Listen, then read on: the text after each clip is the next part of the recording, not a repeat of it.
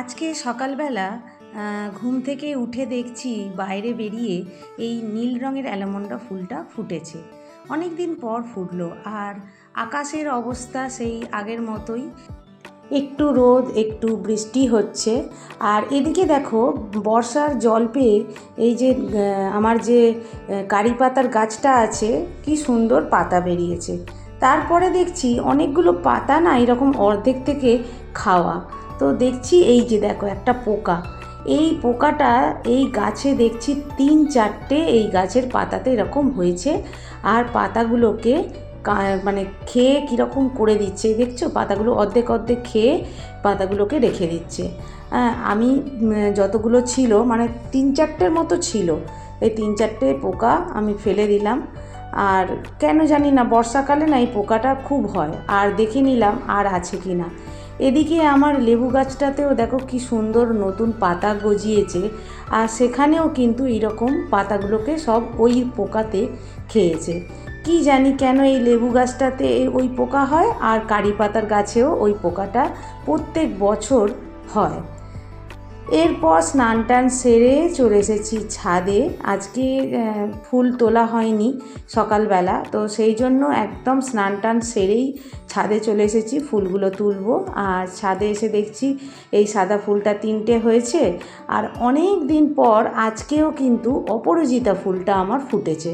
মানে অপরাজিতা ফুলটা প্রায় মাস 2 হয়ে গেল, একটাও অপরাজিতা ফুল কিন্তু ফোটেনি।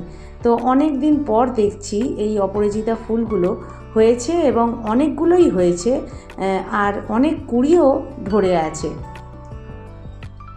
তো ঝটপট করে আমি কি করছি, তুলে নিচ্ছি। আর আজকে এখন দেখছি একটু রোদ আছে। সকালবেলা কিছু জামা কাপড় মেলে দিয়েছিলাম, আর এখানে ফুলগুলোকে তুলে নেব। আর তারপরেই কিন্তু আমি আবারও জামা কাপড় নিয়ে এসেছি কেচে, একেবারে ওগুলোকেও মেলে দেব। তো দেখো বেশ অনেকগুলোই কিন্তু আজকে এই অপরাজিতা ফুল ফুটেছে।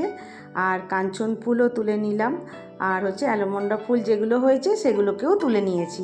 আর এখানে দেখো অমলুকি গাছটা কিন্তু বেশ সুন্দর হয়েছে।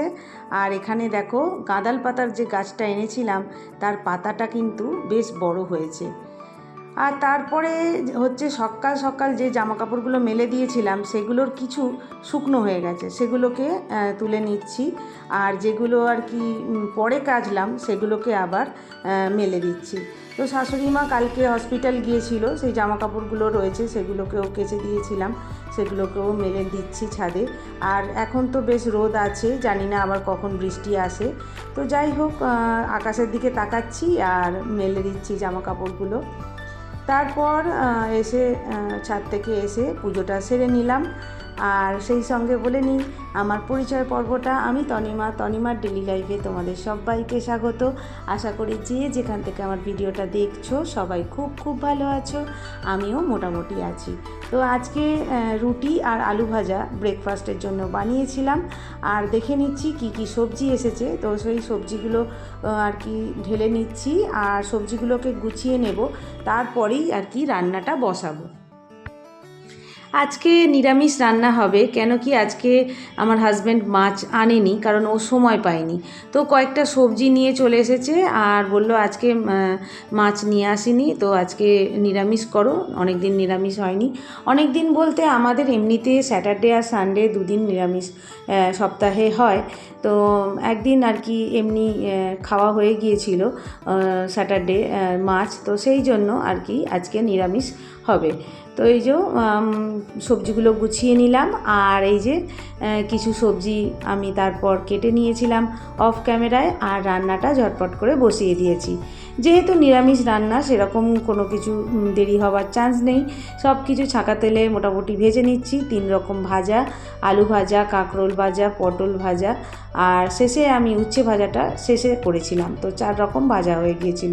মানে 4 রকম ভাজা বলতে সবাই হচ্ছে এক রকম ভাজা খায় না, মানে উচ্ছে ভাজাটা সবাই খায়, বাদবাকি আমার শ্বশুরমশাই খাবে পটল ভাজা, আমার ছেলে খাবে কাঁকরোল ভাজা, আর আমার হাজব্যান্ড খাবে আলু ভাজা। এই রকম আলাদা জন আলাদা রকম খায়, তো সেই জন্য 4-5 রকম ভাজা আমাকে বানাতেই হয়। তো এই যে দেখো শেষমেশ কী বানালাম, মুগের ডাল, ঝিঙে আলু পোস্ত, আর হচ্ছে এই যে 4 রকম ভাজা রয়েছে। এখানে পটল ভাজাটা সাইডে রেখেছি, ওটা আর দেখানো হয়নি। লেবু আছে আর হয়েছে আম। দুপুরের মেনুটা তোমাদের সঙ্গে শেয়ার করে ফেললাম। আর এইদিকে দেখো রাতে হচ্ছে মোগলাই। আমার ছেলে সকালবেলা নিরামিষ খেয়েছে, তো রাতে বলল মা আজকে সেরকম কিছু তরকারি করো না, আজকে একটুখানি তুমি মোগলাই বানাও।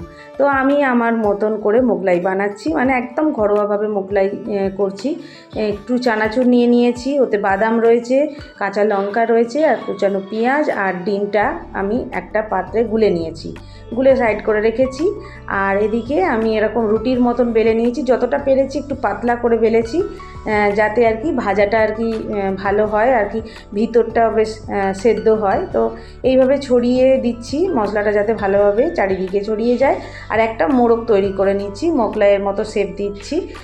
যেহেতু মানে আমি বাড়িতে করছি, আমার যে কড়াটা ছোট, তো সেই জন্য আমি একটু ছোট ছোট বানাচ্ছি। তো এটা বানানোটা দেখালাম, আর একটা এদিকে ভাজতে শুরু করে দিয়েছি। তো এটা আমি সস আর হচ্ছে আলুর দম কষা কষা করেছিলাম, তার সঙ্গে পরিবেশন করেছিলাম। আজকের ভিডিওটা আমি এখানেই শেষ করছি। আমার নতুন বন্ধুরা এসে থাকলে অবশ্যই বলবো সাবস্ক্রাইব করে আমার পাশে থাকার জন্য। আর পুরনো বন্ধুরা তোমরা তো আছোই আমার সাথে, তোমাদেরকে সাথে পাশে নিয়েই আমি এগিয়ে যেতে চাই।